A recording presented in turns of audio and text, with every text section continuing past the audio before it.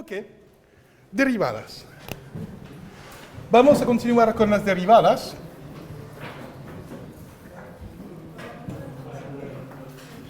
Y hoy vamos a hablar de extremos relativos y derivada.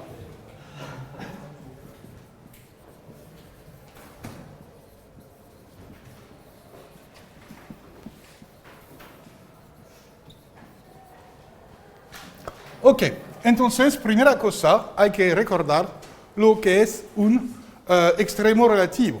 Entonces, ya vimos la definición de extremo absoluto para el teorema de Weierstrass. Ahora hay que modificar la definición para obtener la definición de extremo relativo. Ok, definición. Yo me doy una función f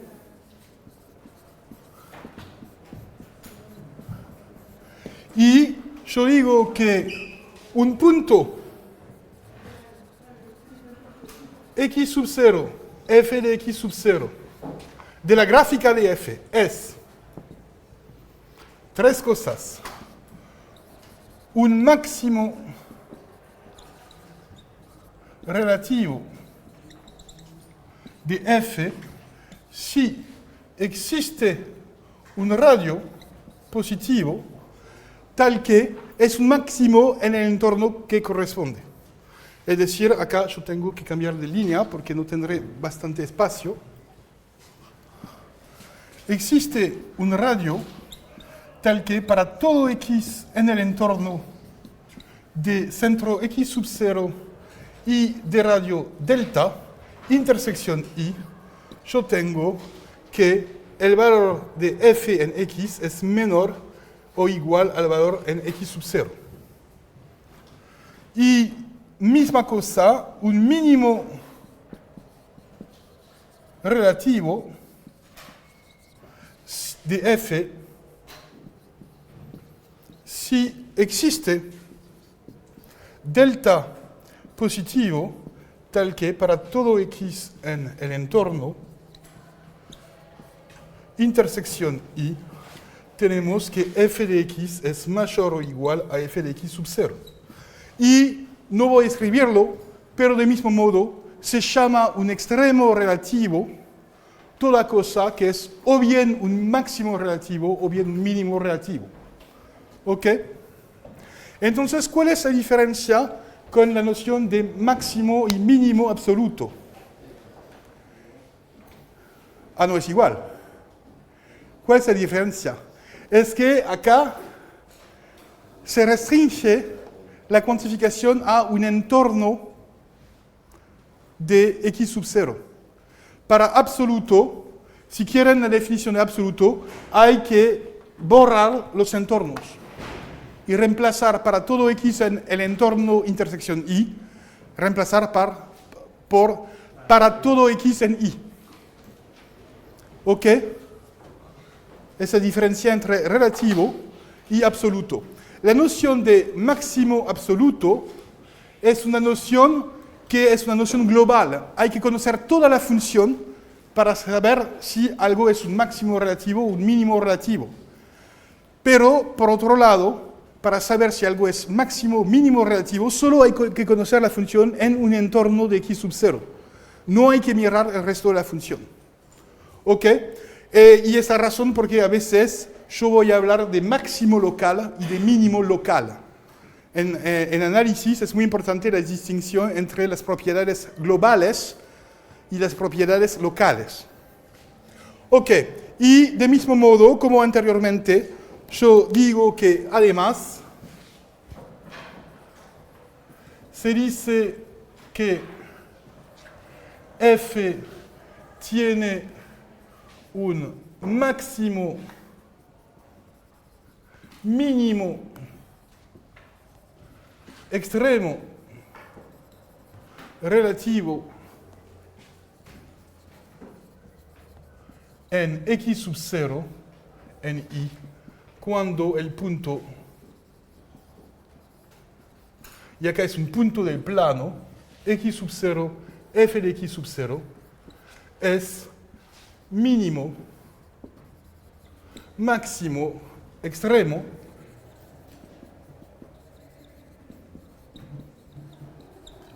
relativo de f. Acá hay que entender que lo que es un máximo es un punto de la gráfica. Contiene dos cosas, contiene la coordenada x y también el valor. Es un punto que es el máximo y el mínimo, ¿ok? Pero también se puede decir que tiene un máximo o un mínimo en un punto del intervalo, y en este caso dejamos implícito el f de x sub 0. Pero la terminología que a veces se encuentra y que es falsa es decir que x sub 0 es un máximo o un mínimo, porque es un punto del intervalo. ¿Entienden? Voy a hacer un dibujo. Por ejemplo, se puede imaginar una función que hace esto. ¿Ok? ¿Dónde están los máximos mínimos relativos? Acá hay un máximo relativo, acá hay un mínimo relativo, acá hay un máximo relativo, mínimo relativo, máximo relativo, mínimo relativo, y olvidé dos. Esto es un mínimo relativo, porque el intervalo y en alrededor es un mínimo, y esto también es un máximo relativo. Entonces, acá hay 1, 2, 3, 4, 5, 6, 7, 8 extremos relativos, pero solo hay dos extremos absolutos. Este, que es absoluto, y este, que es absoluto. ¿Entienden? Y en particular, ya podemos ver el problema que ocurre, que voy a demostrar como propiedad de la derivada en los extremos relativos. Voy a demostrar que se anula. Acá se anula la derivada. Acá se anula la derivada. No. Entonces, es el primer error usual que está en los apuntes, que hay que asegurarse que el punto está adentro del intervalo, en el interior. ¿Entienden la noción de mínimo, máximo relativo? Una pregunta. ¿Sí? ¿Una función no es derivable si el cociente incremental por derecha y por izquierda es igual? Sí. Pero Y tienen que existir, por supuesto. Claro, pero al estar en el extremo, por ejemplo, el de la izquierda, no tenés cociente incremental por izquierda. ¿O tenés? No tiene. Esto no tiene cociente incremental, pero tiene límite. Porque ya vimos que la noción de límite se reduce, por ejemplo, cuando estamos... Es una buena pregunta. La pregunta es que en este punto tenemos un cociente incremental a la derecha, pero no lo tenemos a la izquierda. Pero ya vimos que la noción de límite no importa. Cuando estamos en un punto, en un extremo al comienzo de un intervalo, el límite existe si y solo si el límite por la derecha existe. Entonces, es lo mismo para la derivada. Vamos a decir acá que la función es derivable. Pero, sin embargo, solo existe la derivada por la derecha. ¿Ok? Es exactamente como los límites. Entonces, acá es un caso donde la derivada existe porque solo hay una derivada por la derecha y no hay derivada por la izquierda. Acá es el contrario. Acá tenemos derivada por la izquierda. No existe derivada por la derecha, pero es debido no a la falta de existencia del número, es debido al hecho que el intervalo se para acá. Entonces, es derivable acá también. Esta función es derivable acá también. O al menos en este dibujo. Ok, cuidado. Cuando yo defino la noción de mínimo, máximo, extremo, relativo, no hablo de derivadas. ¿Ok? No tiene nada que ver con las derivadas, a priori. Entonces, este dibujo está muy mal porque sugiere que esta noción tiene sentido solo para las funciones derivables. Tiene sentido para todas las funciones en general. Por ejemplo, vimos que la función de Dirichlet, ¿se acuerdan la función de Dirichlet? La que vale 0 en los irracionales y que vale 1 en los racionales. Vimos que todo punto era o bien un mínimo o bien un máximo absoluto. Entonces también son extremos relativos. ¿Ok? Y no se trata de hablar ni de continuidad ni de derivadas, pero la noción de extremo relativo tiene sentido, ¿ok? Porque esa definición funciona. ¿Entienden? Es muy importante estructurar en su cabeza que este capítulo no dice que, esta parte no dice que los extremos mínimos relativos solo tienen sentido para las derivadas, que no es el caso. Acá solo se trata de hacer el vínculo entre una noción muy general que tiene sentido para todas las funciones y lo que pasa en el caso particular donde la función es derivable. ¿Ok? Es la cosa muy importante y vamos a ver ejemplos y contraejemplos. Ok. Y es claro, por supuesto, solo hay que mirar la definición. Si la cuantificación se cumple para todo el intervalo, en particular se cumple también para el intervalo restringido al entorno. Entonces, todo máximo, mínimo, extremo, absoluto también es un máximo, mínimo, extremo, relativo. ¿Ok? Entonces, los mínimos, máximos, extremos, absolutos, son casos particulares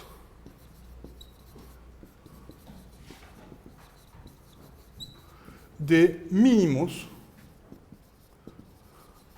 máximos, extremos, relativos. ¿Ok?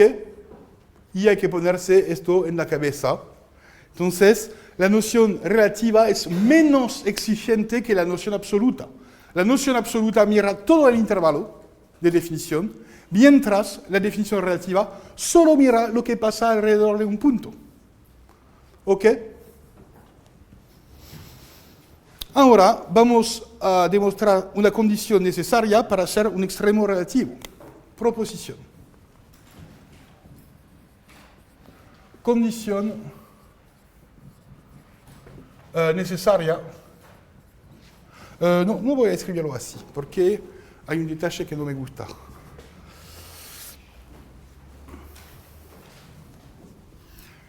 Entonces, el teorema es muy general, dice lo siguiente. Sea f una función cualquiera definida en un intervalo cualquiera. ¿Ok? Yo me doy una función. Si la función f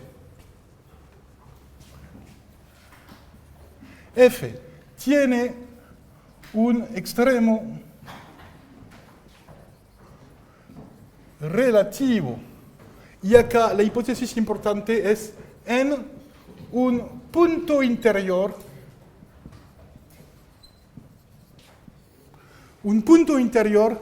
x sub 0 que pertenece al interior de I. Acá es el circulito la cosa importante. Y si f es derivable en x sub 0, entonces la derivada es nula.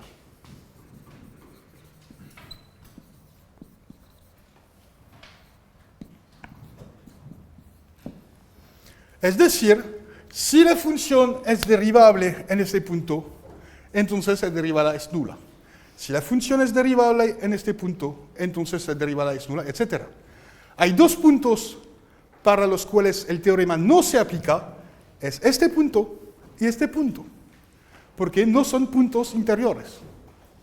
¿Entienden?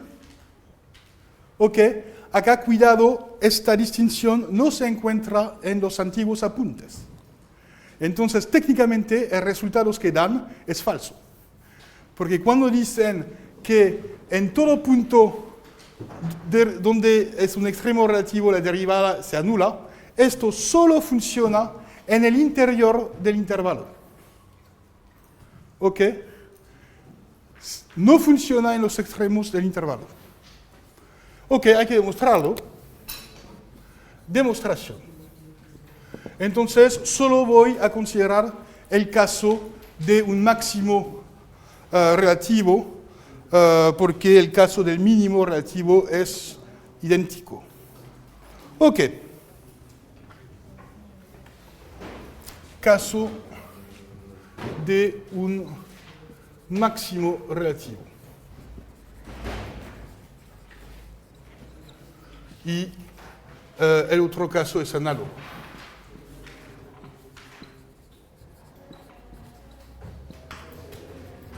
Es claro que en mi demostración tendré que usar que el punto no está, que el punto está en el interior. Si mi demostración no usa este argumento, mi demostración no va a funcionar. ¿Ok? Y de hecho, en los apuntes, usan la hipótesis sin decirlo. Es decir, la hipótesis aparece en la mitad de la demostración. Ok, ahora, como x sub 0, voy a usar mi hipótesis. Primera cosa es que como x sub 0, ¿qué voy a decir? Acá, sí, voy a usar mi hipótesis de máximo relativo. Entonces, como x sub 0, el punto x sub 0, f de x sub 0 es máximo relativo, existe un radio delta, y ahora voy a escribir tal que f de x es menor o igual a f de x sub 0 para todo x en el entorno de centro x delta y de radio delta intersectado con i. ¿Ok? Es mi hipótesis.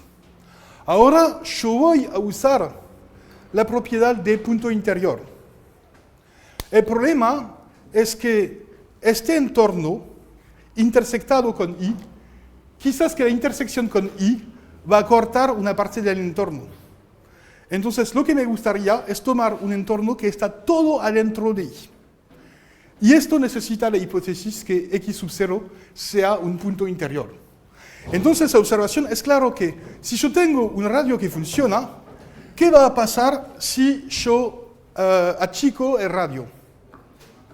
Todavía va a funcionar. Siempre se puede achicar el radio. ¿Ok?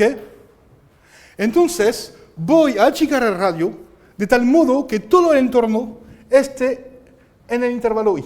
Y esto se puede hacer gracias a la hipótesis que x sub 0 es un punto interior. ¿Ok?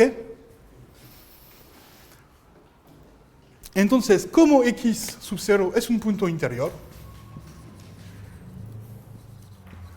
es decir, como x sub 0 pertenece al interior de i, se puede tomar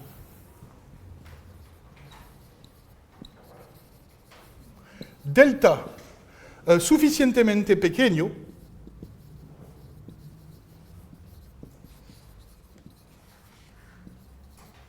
para que el entorno esté todo adentro del intervalo i. Y es claro que acá yo no podría hacerlo, porque el entorno siempre supera un poquito el punto x por la izquierda y por la derecha. Entonces, esta cosa solo se puede hacer para un punto interior. ¿Ok? ¿Entienden la idea? Ahora, entonces, tenemos que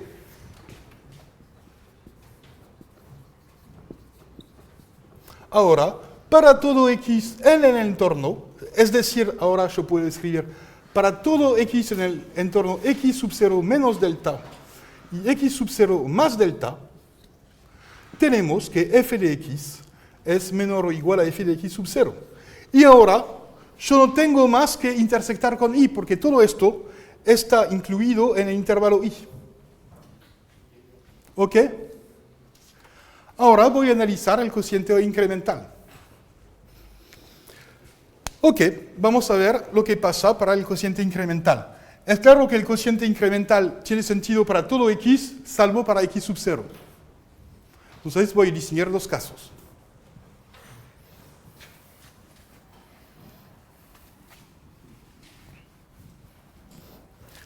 Ahora voy a usar la hipótesis de derivabilidad.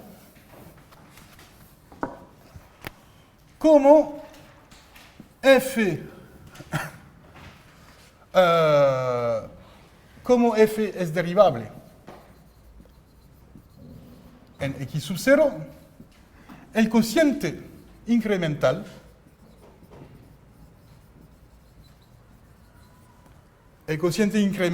es f de x menos f de x sub 0 sobre x menos x sub 0, tienen límites por la izquierda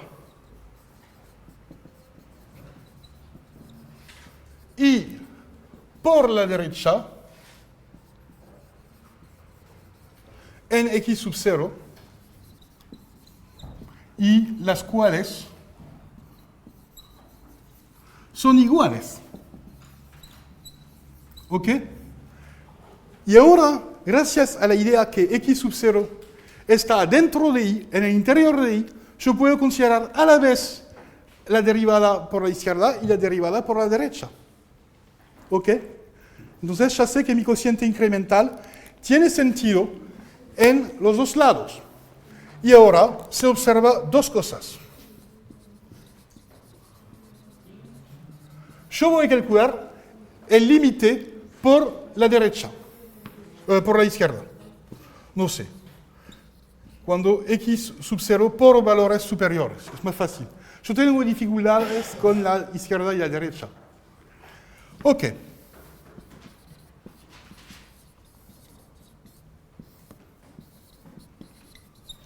Ahora, x está a la derecha de x sub 0. ¿Cuál es el signo de esta expresión? Es acá positivo. ¿Ok? Y f de x, como acá estoy adentro del intervalo delta, porque estoy considerando lo que pasa alrededor de x sub 0, entonces esto es más chico que esto. Entonces esta cosa es negativo o nula, no sé. Pero cociente de negativo o nulo con positivo, el cociente incremental es negativo o nulo. Negativo o nulo. ¿Y qué va a pasar con el límite? No va a cambiar nada. Si yo tengo una función negativa o nula, si yo tomo su límite, va a ser negativa o nula. Entonces, este límite es negativo o nulo. ¿Ok? Ahora voy a observar lo que pasa por la derecha. Entonces, acá la redacción es un poquito floja. Yo tendría que primeramente... No, voy a hacer las cosas de modo más limpio. Esto, para todo x, en el intervalo x sub 0 más delta. Esto es verdadero. ¿Ok? Luego, el límite por la derecha es positivo.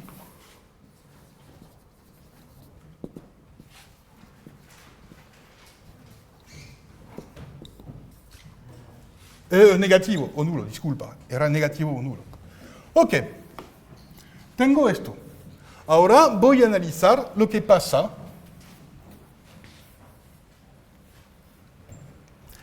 por la izquierda. Por la izquierda. Para todo x ahora en la parte izquierda del entorno. X sub 0 menos delta hasta x sub 0. ¿Me equivoqué o no en las cuentas? No sé. En esta parte yo tengo que excluir x sub 0 porque el cociente incremental no tiene sentido. Entonces tenemos que el cociente incremental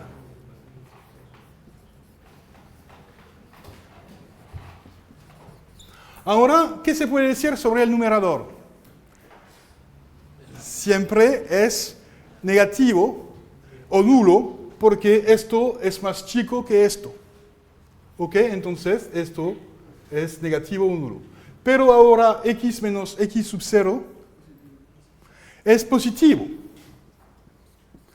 Negativo o nulo dividido por positivo, esto es ahora... No, ahora es negativo, disculpa. Era negativo también. Entonces obtengo algo positivo. ¿Ok? Luego, pasando al límite,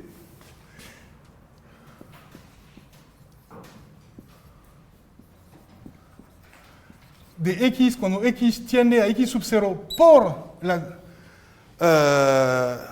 no sé, izquierda, ¿sí? Por la izquierda, este límite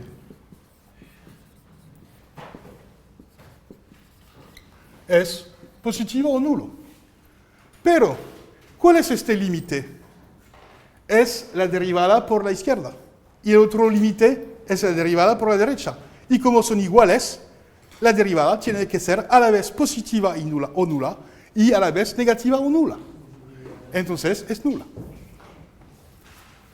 En conclusión, por lo tanto, tenemos que la derivada tiene que ser acá, esto, a la vez tenemos que f de x sub 0' de x tiene que ser positivo, y esto implica, por supuesto, que es nula. ¿Ok? De hecho, esta demostración es muy importante porque muestra una cosa más importante. Dice que cuando yo tengo un extremo relativo, y acá sin hipótesis sobre la posición del punto x sub 0, yo digo que cuando yo tengo un máximo relativo, entonces la derivada por la izquierda sí tiene que ser positiva y la derivada por la derecha tiene que ser negativa. Y es exactamente lo que observamos en la curva anterior. Acá la derivada tiene que ser, acá es un máximo relativo y acá la derivada tiene que ser positiva. ¿Ok? Y esto corresponde a esta parte. Porque solo existe la derivada por la izquierda. Entonces, de hecho, hay un resultado más general que dice que cuando tengo un máximo, la derivada por la izquierda tiene que ser positiva y la derivada por la derecha tiene que ser negativa. Y cuando está en el interior tiene que ser nula. ¿Ok? ¿Entienden? Es un teorema más general. Ok, esto demuestra el teorema. ¿Qué es lo que pasa, por ejemplo, con valor absoluto de x en 0? Exactamente, en 0 es exactamente lo que pasa. Entonces, es un ejercicio demostrar este resultado más general, y de hecho ya lo demostramos. Si se separa la derivada por la izquierda y la derivada por la derecha, en general se puede ver que tenemos un medio resultado que distingue ambos casos. Yo les dejo formular el teorema, pero es la misma demostración. ¿Entienden? Pero es un detalle, la cosa importante es este resultado. Ok, ahora vamos a ver, entonces, yo insisto, hay un montón de observaciones que hay que hacer.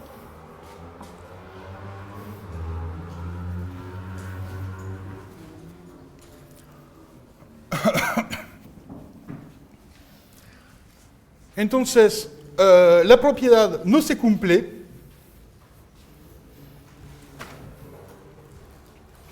La propiedad no se cumple. Observaciones. Primera cosa, la propiedad no se cumple en general cuando x sub 0 es uno de los extremos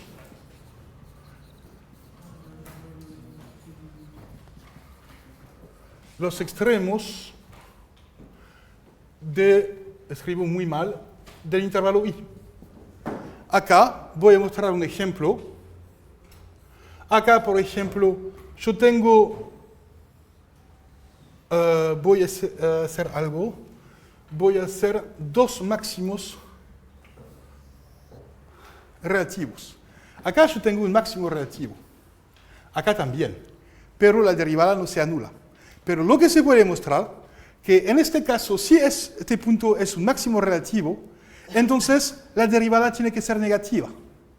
Y por la derecha es lo opuesto. La derivada tiene que ser positiva. ¿Ok? Se demuestra con el mismo argumento, pero solo se puede considerar uno de ambos lados. Entonces, acá no tenemos derivadas positivas ni negativas. Es la primera observación. Acá, por otro lado, yo tengo un mínimo adentro del intervalo, en el interior, y acá tengo derivada nula. ¿Ok? La segunda observación es que una función puede tener un extremo sin que sea derivable. Entonces, cuando f' de x sub 0 no existe, no se puede deducir nada.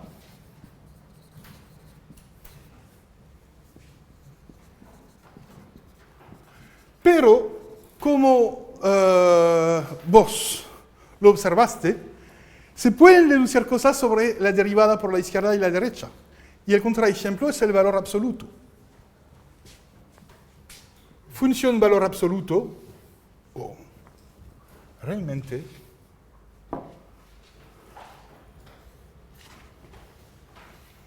función valor absoluto, acá tenemos un mínimo absoluto. No solo es un mínimo relativo, pero también es un mínimo absoluto. Pero como la función no es derivable en este punto, no se puede decir nada. Por otro lado, podemos añadir un grado de precisión más y decir que sí, pero tiene derivada por la izquierda y derivada por la derecha. Y en este caso, como es un mínimo, la derivada por la izquierda tiene que ser negativa o nula y la derivada por la derecha tiene que ser positiva o nula. Y se usan exactamente los mismos argumentos que acá. ¿Ok? Y esta segunda observación. Y la tercera, que también es muy importante, es que el recíproco no se cumple.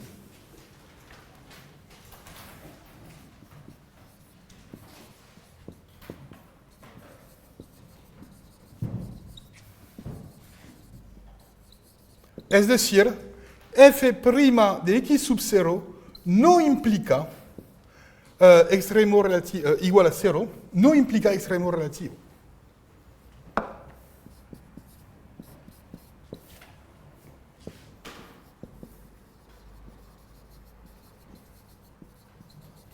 Y el ejemplo es la función x cubo, como siempre. F de x cubo, f de x igual a x cubo, y acá hay que poner el dibujo. Acá tengo una cúbica que tiene esta forma, y acá se anula la derivada. Tenemos esta tangente. Acá tenemos que f' de x es igual a 3x cuadrado, f' de 0 vale 0, pero no hay ningún extremo relativo. ¿Ok? Entonces, cuando se buscan los extremos relativos, hay que hacer dos cosas. Primeramente, separar el caso de los extremos del intervalo, si el intervalo tiene extremos. Entonces, hay que hacer estudio de modo separado en ambos lados. Y después hay que mirar todos los puntos adentro donde la derivada se anula. Pero solo es una indicación que quizás que hay un extremo relativo, pero hay que hacer más estudio para cada punto para verificar si es efectivamente un extremo relativo o no. ¿Ok? Y es así que se hace el estudio. Es decir, cuando hay que estudiar los extremos relativos de una función derivable, hay que separar los casos de los extremos del intervalo, ¿ok? Hay que tratar de modo separado cuando existen los extremos del intervalo, porque a veces el intervalo está abierto y en este caso no hay que hacer nada. Y después, para los puntos en el interior del intervalo, cuando la derivada se anula, hay que hacer otros estudios para verificar que es efectivamente un extremo. ¿Ok? Entonces, cuidado. Solo es una condición necesaria, pero no es suficiente. Es decir, que hay que hacer otro trabajo, trabajar más en general. Ok, tenemos esta cosa.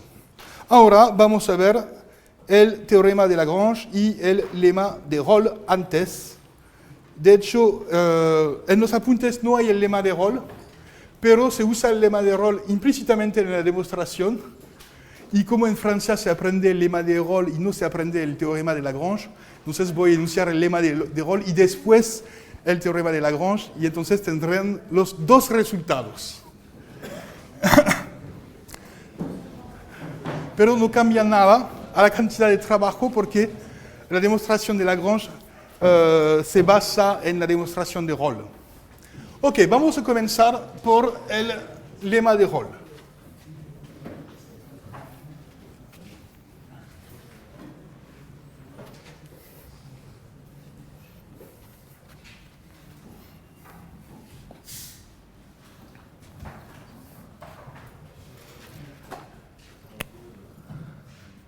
Lema, Rolle. Creo que es un francés, entonces es Rolle. Lema de Rolle sea si f es una función de AB en R. Si esta función es continua, ahora cuidado a las hipótesis, continua en el intervalo cerrado. Se necesita que sea continua en el intervalo cerrado. Y derivable en el intervalo abierto. Acá la idea es que, como sabemos que hay problemas en los extremos de y, vamos a ignorar los extremos de y. Entonces, se necesita que la función sea continua en todo el intervalo cerrado, pero solo derivable en el interior. Ok. Si es continua y derivable, y tal que f de A es igual a f de B, entonces existe un punto entre A y B donde la derivada se anula.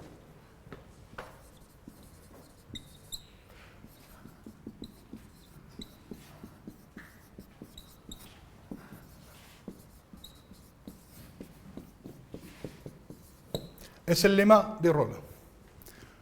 Yo no sé por qué yo digo lema de Rolle, es lema de Rolle. Y, ok, entonces la figura es muy sencilla. Dice lo siguiente: si yo tengo una función continua que tiene el mismo valor en los extremos del intervalo, f de A y f de B igual a f de A, y que hace cosas adentro, pero es derivable, necesariamente adentro del intervalo hay un punto donde la derivada se anula. ¿Y es debido a qué? Es debido a que necesariamente hay extremos relativos. ¿Ok? Entonces la demostración es muy sencilla, viene de Weierstrass.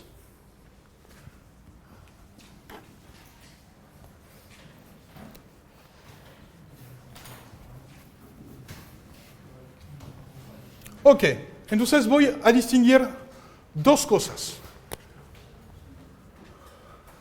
Demostración.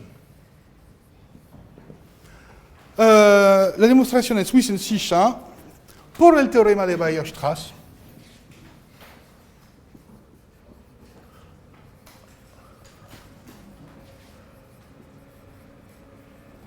Y acá pueden ver que uso la continuidad en todo el intervalo cerrado, porque sabemos que el teorema de Weierstrass solo funciona en un intervalo cerrado.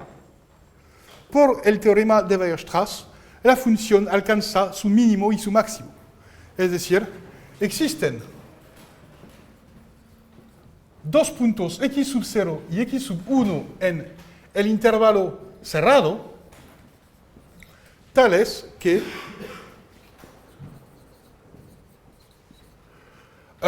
para todo x en el intervalo AB cerrado, tenemos que f de x sub 0 me da el mínimo absoluto y f de x1 me da el máximo absoluto. Esto voy a escribirlo m y esto voy a escribirlo m mayúscula.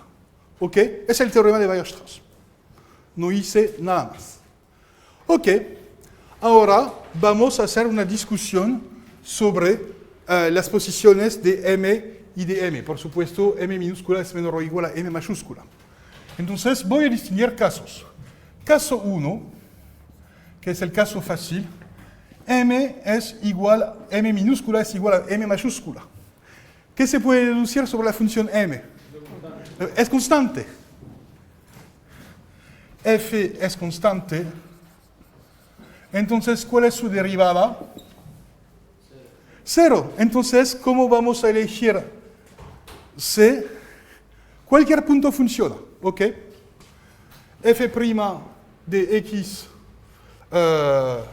vale 0 en todo el intervalo AB.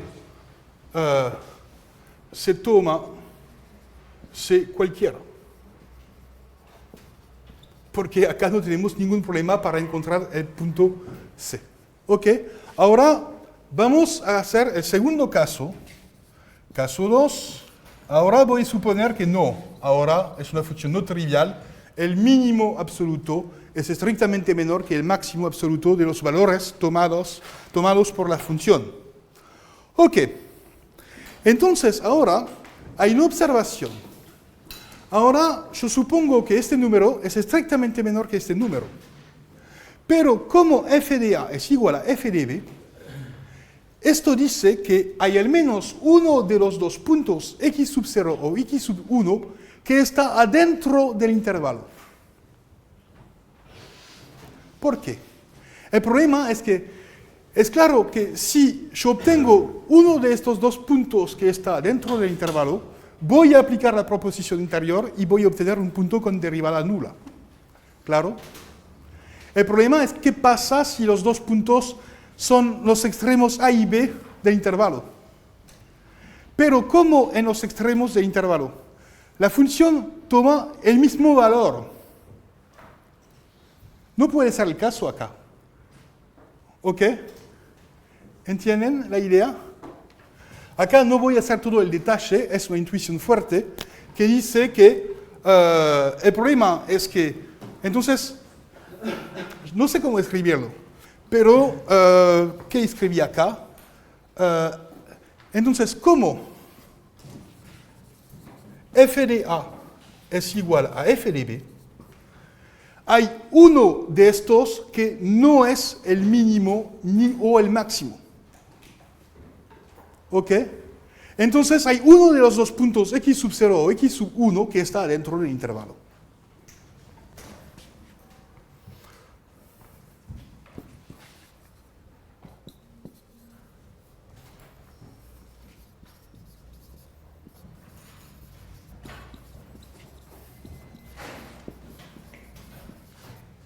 Uno de los dos puntos x sub 0 y x sub 1 en el interior del intervalo.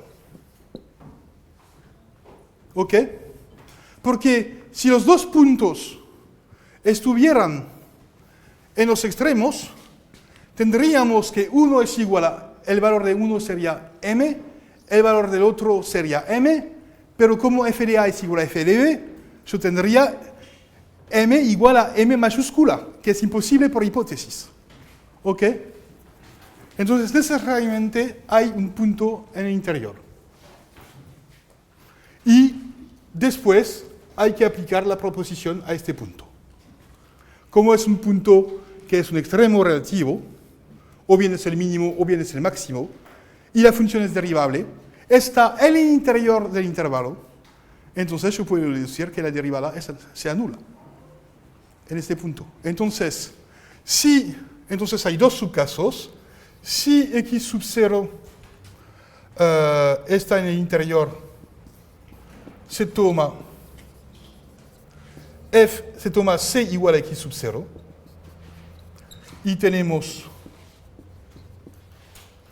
que f' de c es igual a 0. ¿Por qué f' de c es igual a 0? Porque c está en el interior y hay un extremo relativo que es el mínimo relativo, mínimo absoluto. ¿Ok? En este caso, x sub 0 es en el punto x sub 0 hay un mínimo absoluto, entonces es un mínimo relativo, y como está en el interior, la derivada se anula. ¿Ok? Y si es x sub 1, hay que tomar x sub 1.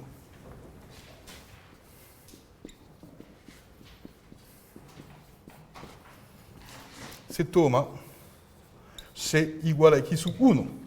Y tenemos que f' de C es igual a 0 por la misma razón. ¿Y qué pasa si tenemos ambos puntos en el interior? Podemos elegir cualquiera. ¿Ok?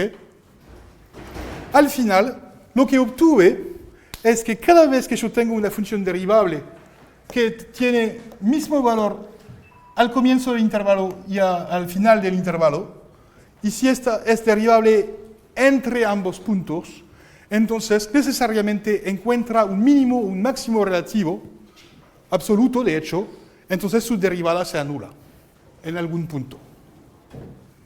¿Ok? Entonces hay que ver las dos posibilidades. Por ejemplo, voy a mostrar. De hecho, para entender lo que pasa, voy a hacer dos dibujos, o tres. Primer ejemplo, el caso donde el mínimo absoluto se queda acá. ¿Ok? Acá hay cosas y después yo tengo que, porque acá la restricción es que f de A tiene que ser igual a f de B.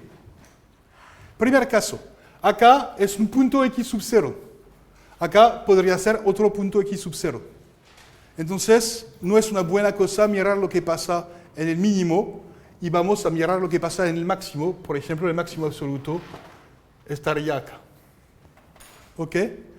Segunda cosa es el caso al revés.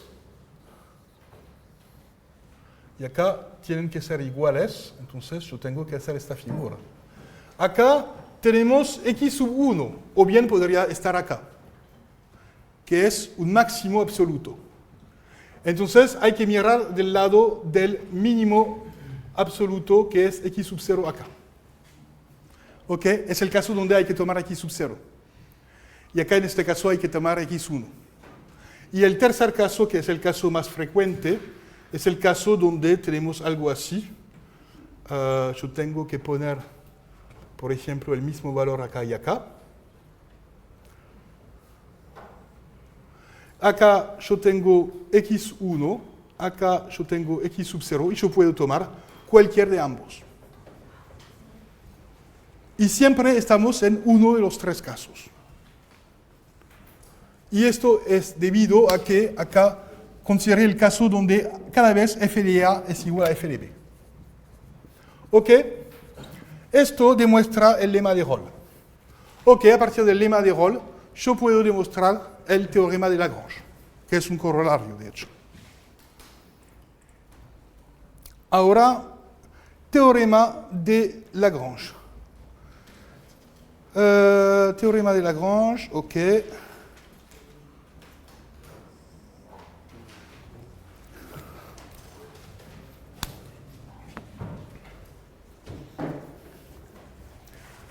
Teorema de Lagrange.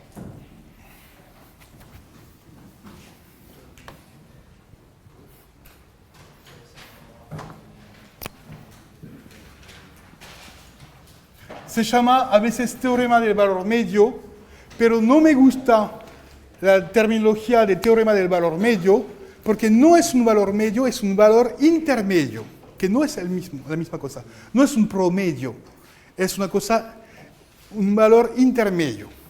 Entonces, pero se llama teorema del valor medio, que no me gusta la terminología, porque esto induce un montón de confusiones entre este teorema del valor medio y el otro teorema del valor medio que no tienen nada que ver. Entonces, esa razón por qué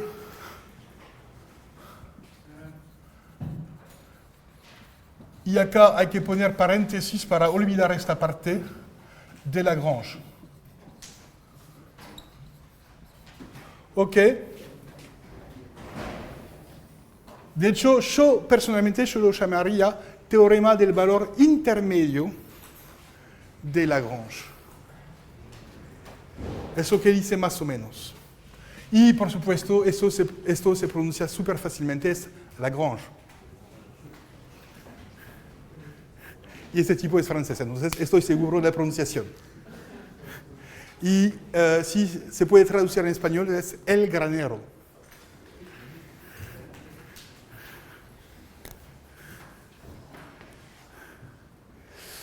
Entonces, el teorema dice, sea f, misma hipótesis, casi la misma hipótesis, f de AB en R continua en el intervalo cerrado y derivable en el intervalo abierto. Entonces, existe un punto C entre A y B en el intervalo abierto, tal que la derivada en C es igual al cociente incremental entre A y B, es decir, f de B menos f de A sobre B menos A. ¿Ok? Pueden ver que el lema de Rolle es un caso particular. ¿Qué pasa cuando f de A es igual a f de B? Cuando f de A es igual a f de B, yo obtengo 0 acá. Y yo obtengo el lema de Rolle. Entonces, el lema de Rolle es el caso particular de Lagrange cuando f de A es igual a f de B. ¿Ok? Si yo añado la hipótesis que f de A es igual a f de B, acá yo obtengo 0. Y yo obtengo el lema de Rolle. Y ahora la pregunta a 1000 pesos es ¿por qué el profesor demostró el caso particular antes del caso general? ¿Por qué se usa el caso particular para demostrar el caso general? Y que es una situación muy frecuente en matemática. Entonces, esa razón porque se usa la palabra lema y teorema. La diferencia entre lema y teorema dice que el teorema es más general. Pero se usa la palabra lema para decir, sí, pero yo necesito demostrarlo antes. Es algo que es preliminar. Y en preliminar hay liminar que tiene la misma raíz que lema. Lema acá se usa como resultado preliminario. ¿Ok? Ahora se demuestra súper fácilmente. Hay que cambiar la función. Demostración.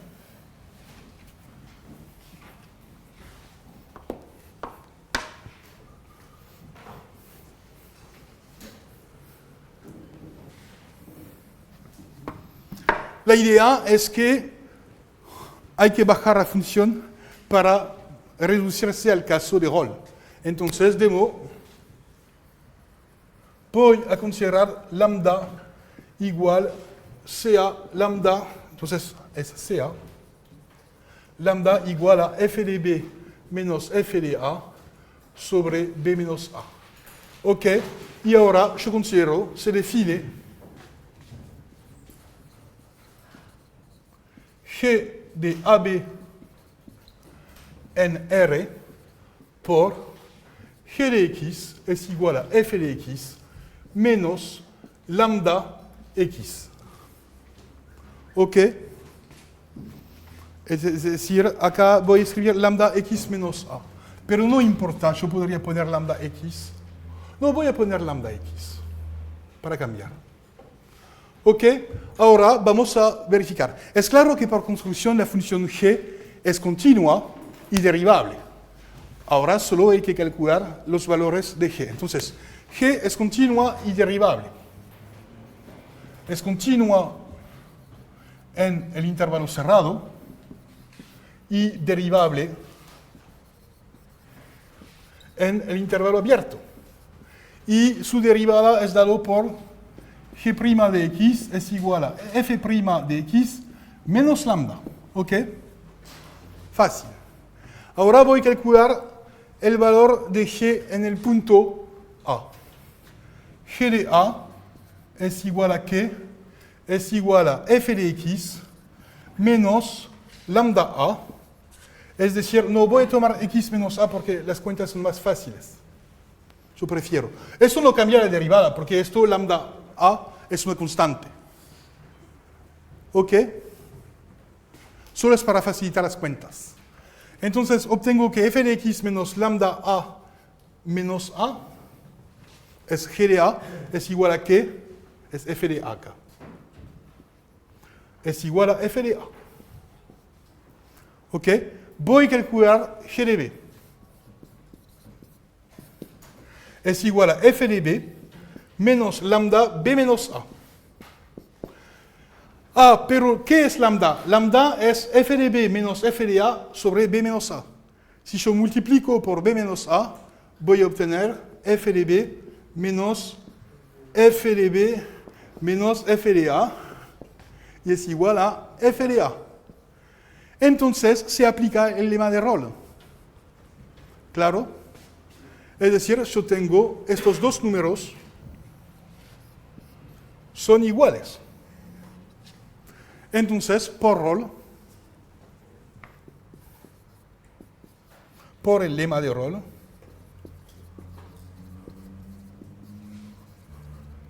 existe C en el intervalo AB tal que G' de C es igual a 0. ¿Ok? Y ahora hay que deducir lo que se obtiene sobre F', y es claro que acá, si esto es igual a 0, entonces esto es igual a lambda.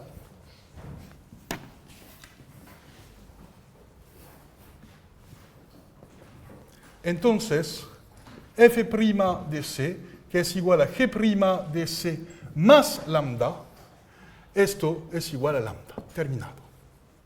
¿Ok? Entonces, ahora vamos a interpretar geométricamente lo que hicimos. ¿Qué dice el teorema? Entonces, interpretación geométrica.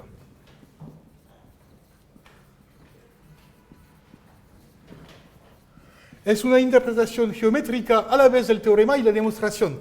¿Por qué usé esta función g? Esto viene de una intuición geométrica. Acá la función g parece salir de nada. Pero si hacemos el dibujo, vamos a entender lo que pasó en la cabeza de Lagrange. Ok, ¿qué dice? Dice en general que si yo tengo dos puntos, acá f de a, b, f de b. Y acá la función f puede hacer cualquier cosa entre f de a y f de b. Esto me define una pendiente global. ¿Ok? Lo que dice el teorema de Lagrange es que se puede hallar un punto, por ejemplo acá, que tiene la misma pendiente. ¿Entienden? Es decir, siempre existe un punto cuya tangente es paralela al segmento entre los dos extremos de la gráfica.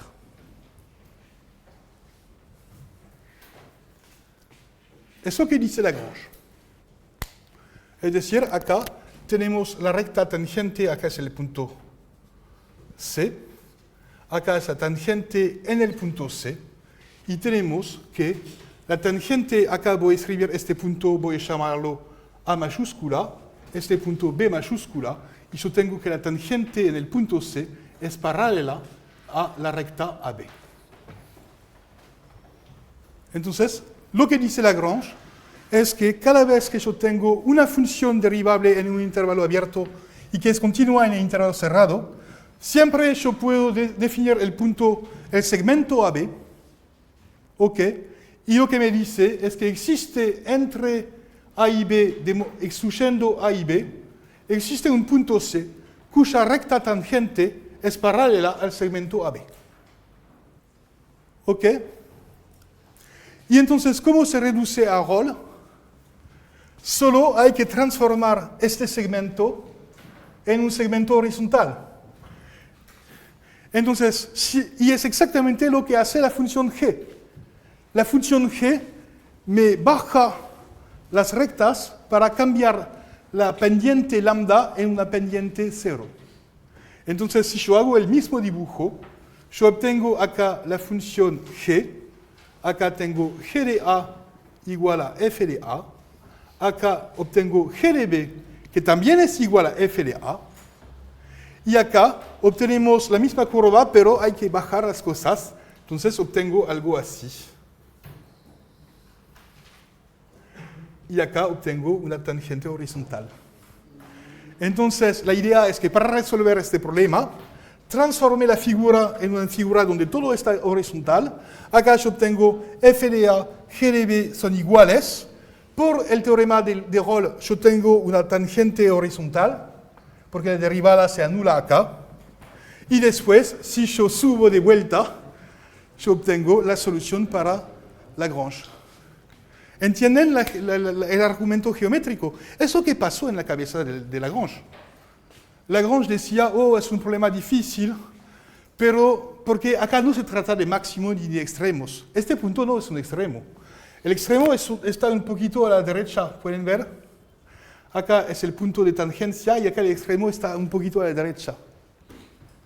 Entonces este punto no es un extremo.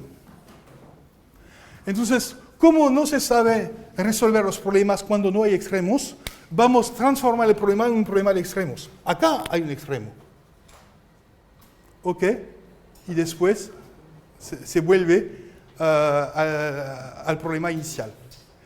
Entienden que todas estas cosas son cosas que vienen de la geometría, no salen de nada. No. Son cosas que realmente tienen un contenido geométrico.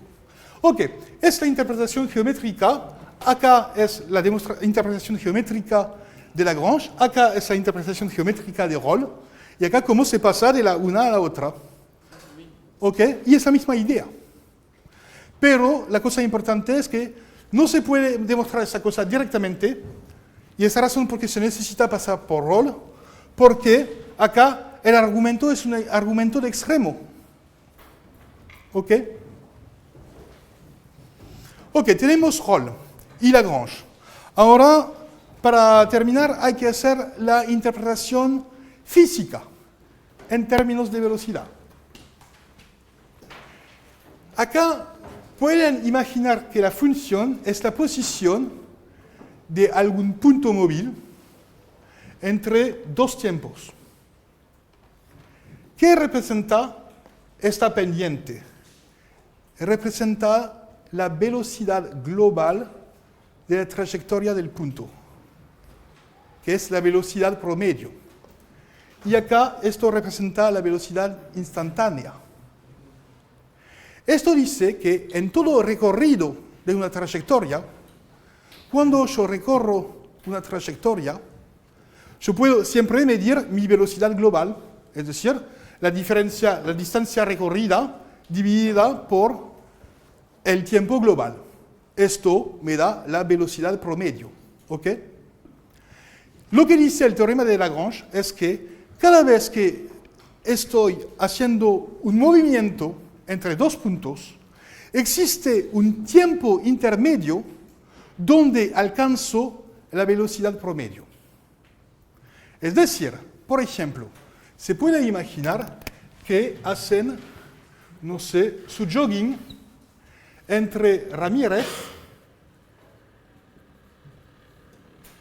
y acá Positos. ¿Ok? Y recorren esa distancia. Pueden medir el tiempo que usan y la distancia.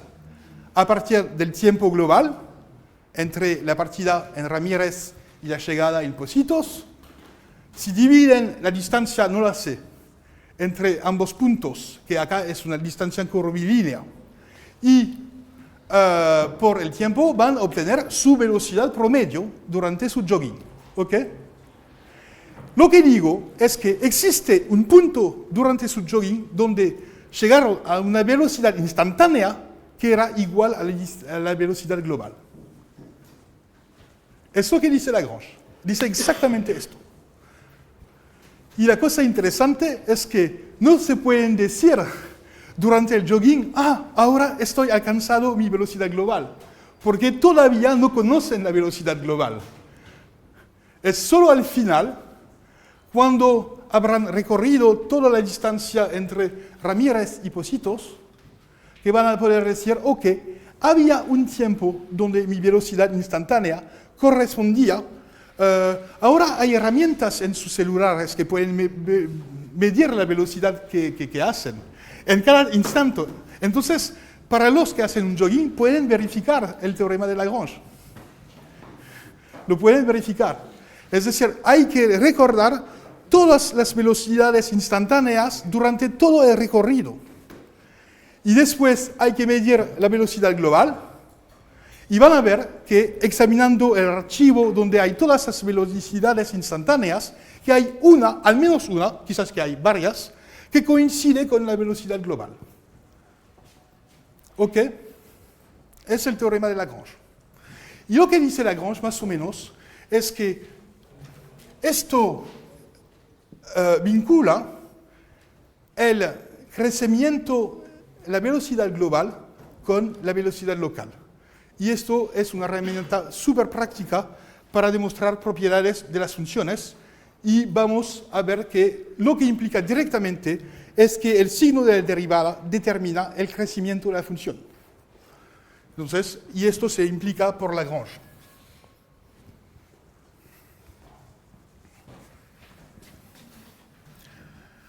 Ok, ahora la proposición importante.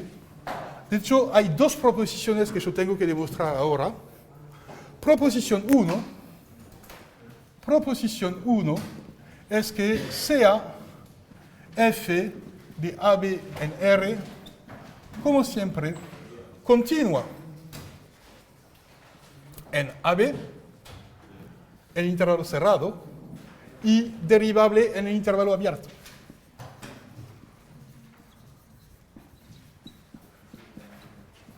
Entonces, yo tengo dos cosas. Yo puedo decir, uno, que f es monótona, creciente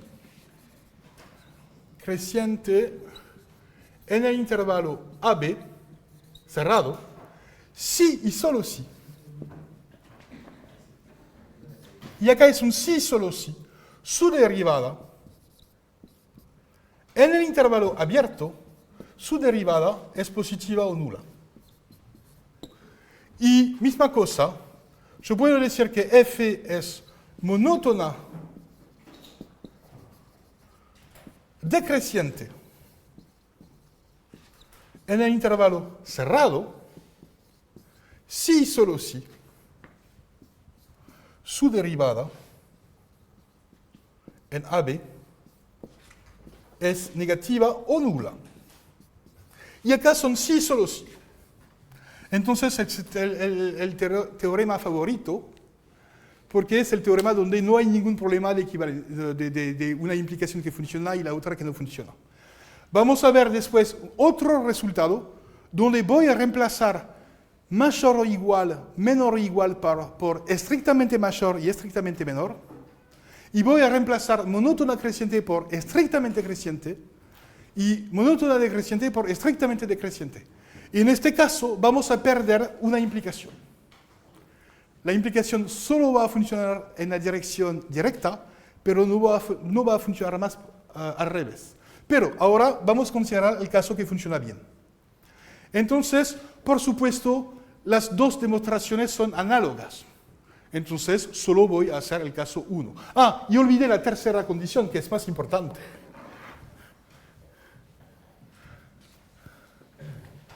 Tercera condición es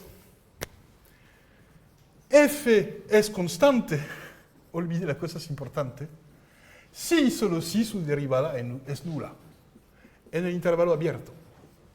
Es muy interesante, pueden ver esta cosa, porque acá solo se habla de la derivada en el intervalo abierto, pero se deducen propiedades en el intervalo cerrado. Es debido a que la función es continua en el intervalo cerrado. ¿Ok? Lo que es claro ahora, es claro que 2 y 1 dicen la misma cosa. Si yo demuestro 1, solo basta con reemplazar f por menos f y voy a obtener 2. ¿Ok? es claro que si f es monótona decreciente en AB, menos f será monótona creciente, entonces su derivada será positiva, entonces f tiene derivada negativa o nula. Ok, entonces no se necesita demostrar 2. Se deduce directamente de 1. Y 3 es claro que es la conjunción de 1 y de 2.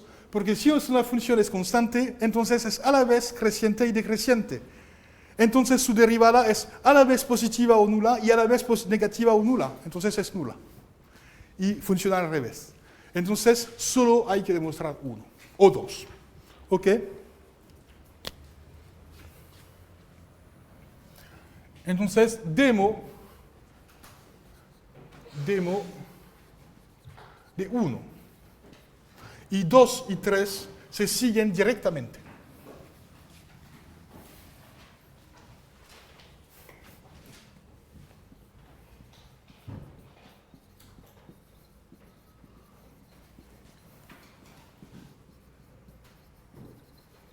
Ok, quiero demostrar 1. Entonces tengo que demostrar 2 implicaciones. Implicación directa. Digo una consulta, ¿por qué es mayor o igual? ¿Por qué no es estrictamente mayor? Porque hay 2 teoremas y es el primer teorema donde es mayor o igual. Confundéis con otro teorema que voy a enunciar después. El problema es que los apuntes solo enuncian uno de los teoremas. Y es la razón por qué se confunden, porque a veces se necesita aplicar este teorema y otras veces se necesita aplicar el otro teorema, que no tiene la misma forma. Entonces acá hacemos el caso fácil. Es el caso mayor o igual. En general, ya saben que en análisis las cosas funcionan siempre mejor cuando se considera hipótesis de mayor o igual, menor o igual, porque esto pasa bien al límite. Vimos que menor o mayor no pasan bien al límite. ¿Ok? Ok, voy a demostrar 1, entonces voy a demostrar la implicación directa. Supongamos que f es monótona creciente.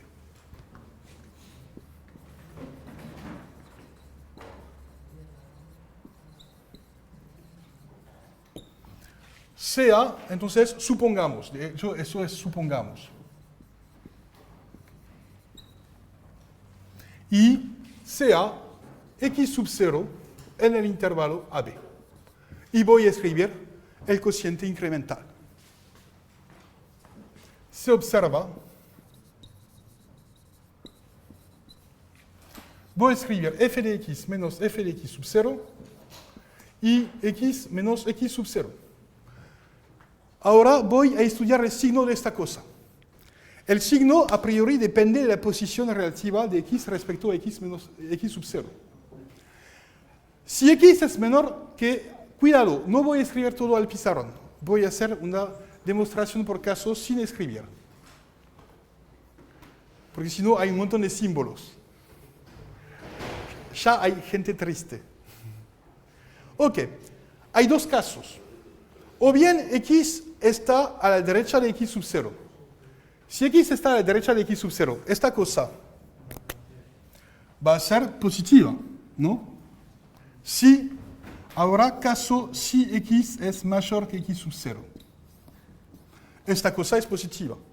Pero si x es mayor que x sub 0, como f es monótona creciente, esta cosa será positiva o nula también. Luego, el cociente incremental es positivo o nulo. ¿Ok? Porque yo uso el hecho que como esto está a la derecha de esto, esta cosa es positiva, y esto tiene que ser más grande que esto, porque la función es creciente, entonces esto tiene que ser positivo o nulo. Ok, segundo caso, cuidado, estoy borrando cosas. Ahora yo cambio el caso.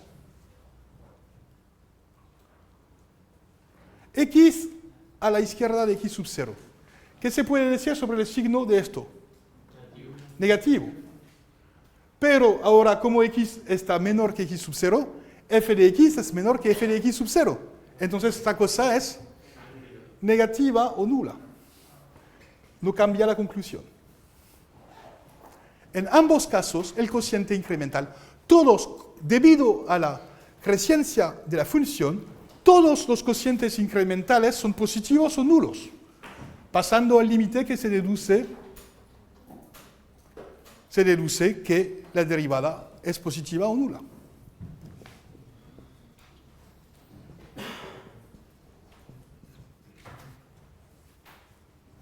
Entonces, acá había dos casos. El caso x a la izquierda de x sub 0 y x a la derecha, pero en ambos casos se concluyó la misma cosa.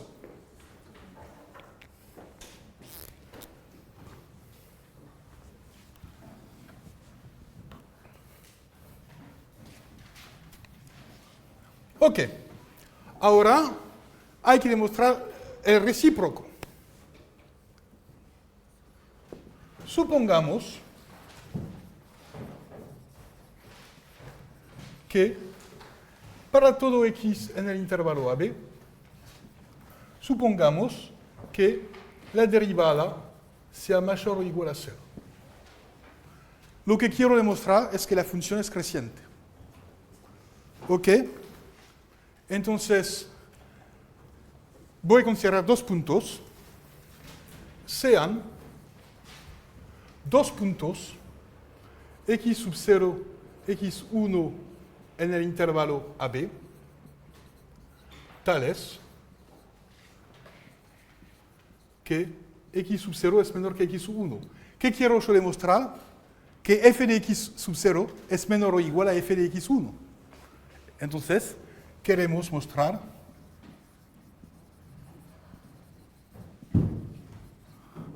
que f de x sub 0 es menor o igual a f de x1. Y esto me permitirá concluir que la función es creciente. Ok, entonces el truco consiste en usar Lagrange. Por Lagrange,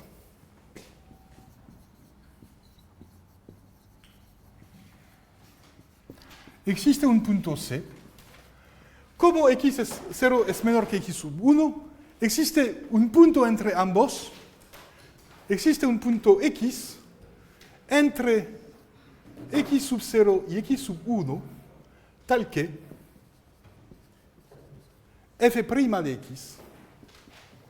Acá estoy aplicando el teorema de Lagrange en este intervalo, entre x sub 0 y x sub 1. Entonces, tal que es igual a f de x sub 1 menos f de x sub 0, dividido por x1 menos x sub 0. Por hipótesis, ¿cuál es el signo de esta derivada? Sabemos que es positiva. Pero, ¿qué se puede decir sobre x1 menos x sub 0? Es una cosa grande menos una cosa chica. Entonces, esta cosa es positiva o nula. Luego, el numerador tiene que ser positivo o nulo. Si yo multiplico por x1 menos x0, yo obtengo luego el numerador es positivo, es decir, f de x sub 0 es menor o igual a f de x1. Terminado. Acá la cosa interesante es que estoy aplicando el teorema de Lagrange no en el intervalo AB, pero en el intervalo x sub 0, x1. Y lo que me permite hacerlo es que la función está continua en x sub 0, x1 y es derivable entre x sub 0 y x1, ¿ok? Porque son intervalos más pequeños que AB. Y esto me demuestra la propiedad interesante. Ok, la próxima vez vamos a ver la otra versión con derivadas positivas o negativas, sin el caso 0. Ok, gracias.